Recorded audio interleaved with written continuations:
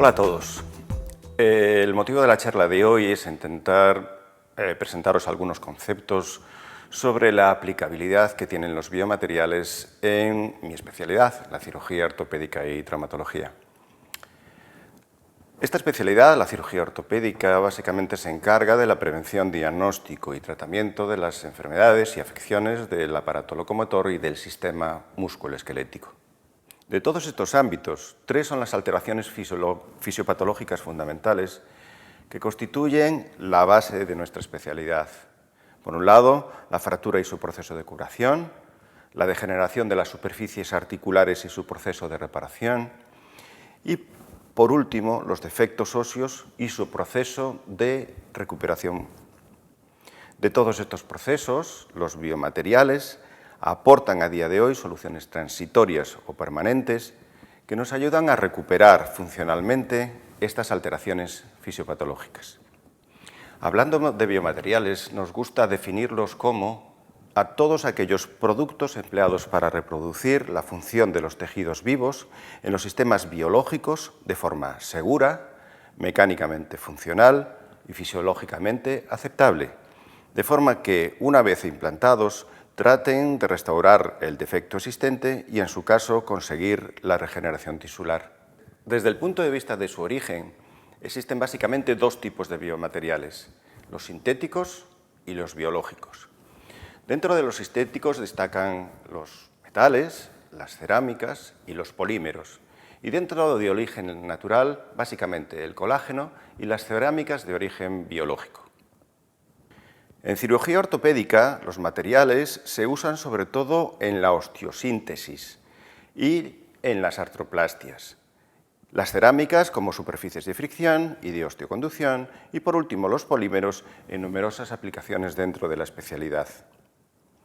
Pero sea cual sea el origen, su composición o estructura o la función para la que fueron diseñados, cualquier biomaterial para poder ser implantado debe cumplir una serie de requisitos básicos que se engloban dentro de los conceptos generales de biocompatibilidad y bioactividad. Tolerancia, bioestabilidad a corto y largo plazo y capacidad de mantener sus propiedades y estructuras físico-químicas en el entorno biológico durante el tiempo que permanezca en el organismo definen la biocompatibilidad de un biomaterial. Osteoconductividad, para lograr la incorporación sustitutiva y la posibilidad óptima de estimular la respuesta reparadora en el ambiente receptor, caracterizan la bioactividad del mismo. Hablando del proceso de la fractura y su reparación, su recuperación funcional, básicamente depende de la integración de tres procesos. Por un lado, la presencia de células de estirpe osteogénica, es decir, los osteoblastos. Segundo, de sustancias que actúen como osteoinductores, es decir, que favorezcan la aparición de hueso nuevo. Y tercero, de una matriz osteoinductora y osteoconductora que favorezca que esas células vayan hacia su interior y generen hueso nuevo. Pero a este esquema triangular de la reparación ósea es imprescindible añadir un cuarto vértice, el correspondiente a la estabilidad mecánica, de forma que ninguno de los anteriores factores será efectivo si se encuentran en un entorno mecánico no adecuado. Al conjunto de estos cuatro vértices, Giannudis y colaboradores lo denominan el concepto de diamante, es decir, el conjunto de los cuatro pilares básicos del proceso de depuración del tejido óseo: la osteosíntesis adecuada, que garantice la estabilidad mecánica, el estímulo osteoinductor, la capacidad osteogénica de las células biológicas del hueso y la matriz osteoconductora. La osteosíntesis puede definirse como la estabilización mecánica, interna o externa, del foco de fractura, de forma y manera que garantiza la estabilidad mecánica suficiente para que se produce su proceso de reparación. Los materiales utilizados como implantes de osteosíntesis pueden ser biocompatibles y proporcionar elevadas prestaciones mecánicas. Por estas razones, los implantes metálicos, bien de acero inoxidable o de titanio, son la norma actualmente. tornillos corticales esponjosos de compresión, canulados, etc., placas y clavos endomedulares, son los implantes utilizados con más frecuencia para la fijación interna. Para la fijación externa, sin embargo, se utilizan dispositivos situados fuera de la piel, denominados normalmente fijadores externos, que estabilizan los fragmentos óseos por medio de agujas, tornillos o clavos conectados a una o más barras o tubos longitudinales. Cuando hablamos, sin embargo, de biomateriales y de generación de superficies articulares, obviamente tendremos que centrar y focalizar nuestra atención en la sustitución completa de una articulación mediante el empleo de este tipo de materiales. A este gesto quirúrgico lo denominamos artroplastia total, que puede ser de diferentes localizaciones anatómicas: cadera, rodilla, hombro, tobillo, pequeñas articulaciones de los dedos, etc., siendo este uno de los procesos fundamentales a día de hoy dentro del ámbito de nuestra especialidad. La biocompatibilidad exigida a los componentes de una artroplastia total condiciona y restringe de alguna manera el número de materiales implantables, de tal manera que entre los que utilizamos preferentemente a día de hoy se incluyen tres familias: las aleaciones metálicas basadas en hierro, cobalto y titanio, polímeros como el polietileno y las cerámicas inertes como la alúmina y la circonia. La biocompatibilidad que manifiestan estriba en una alta resistencia a la corrosión que impide que los iones metálicos se liberen y terminen en la sangre, y también en que las partículas metálicas, poliméricas o cerámicas que se puedan generar con el desgaste de la superficie articular protésica no introduzcan una bioactividad negativa en el cuerpo humano.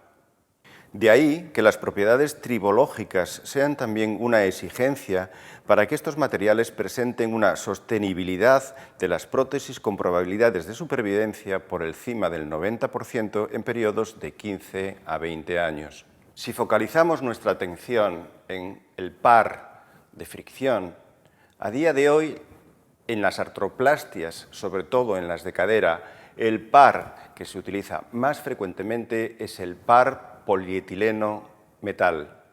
Las artroplastias de par de fricción metal-polietileno están constituidas básicamente por una cabeza de acero inoxidable o una aleación de cromo, cobalto, molibdeno, con una copa de polietileno de ultra alto peso molecular.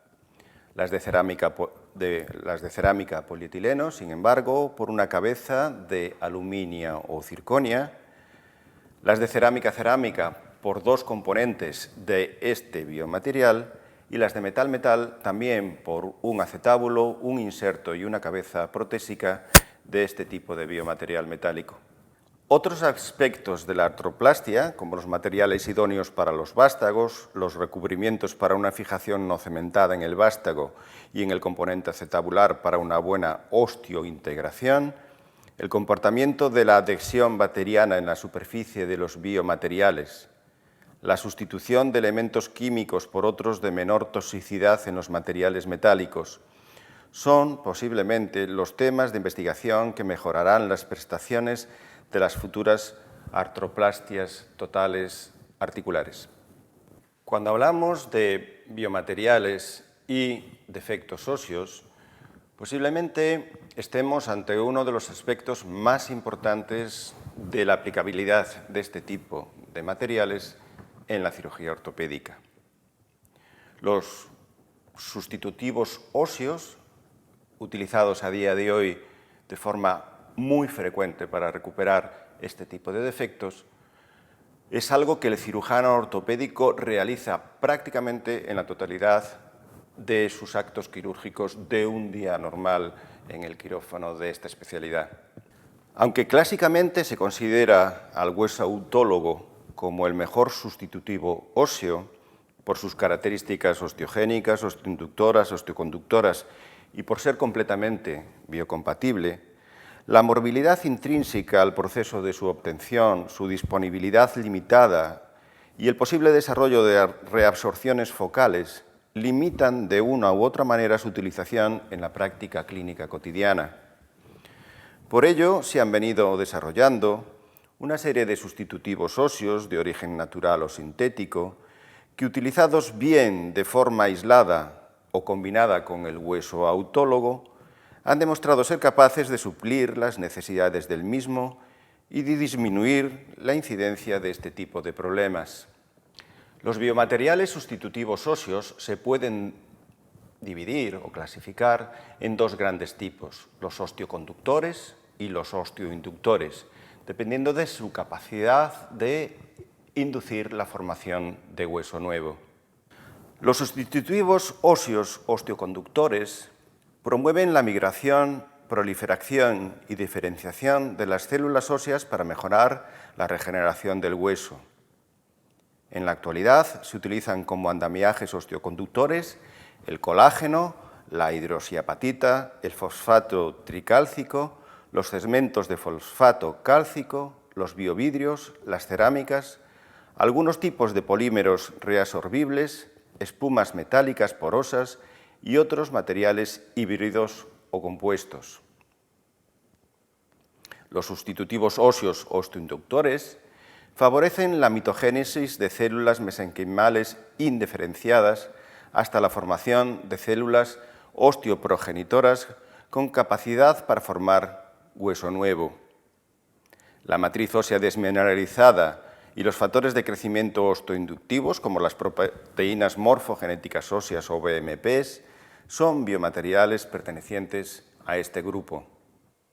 Por tanto, y como resumen de esta charla, sencillamente recordad que para cada uno de los tres aspectos fundamentales de la especialidad, de nuestra especialidad, la cirugía ortopédica y traumatología, los biomateriales aportan a día de hoy capacidad suficiente para recuperar esas tres alteraciones básicas, las fracturas y su proceso de reparación tisular, la degeneración de las superficies articulares y cómo los traumatólogos intentamos recuperar esa capacidad funcional articular, y por último los defectos óseos y cómo intentamos inducir la formación de hueso nuevo.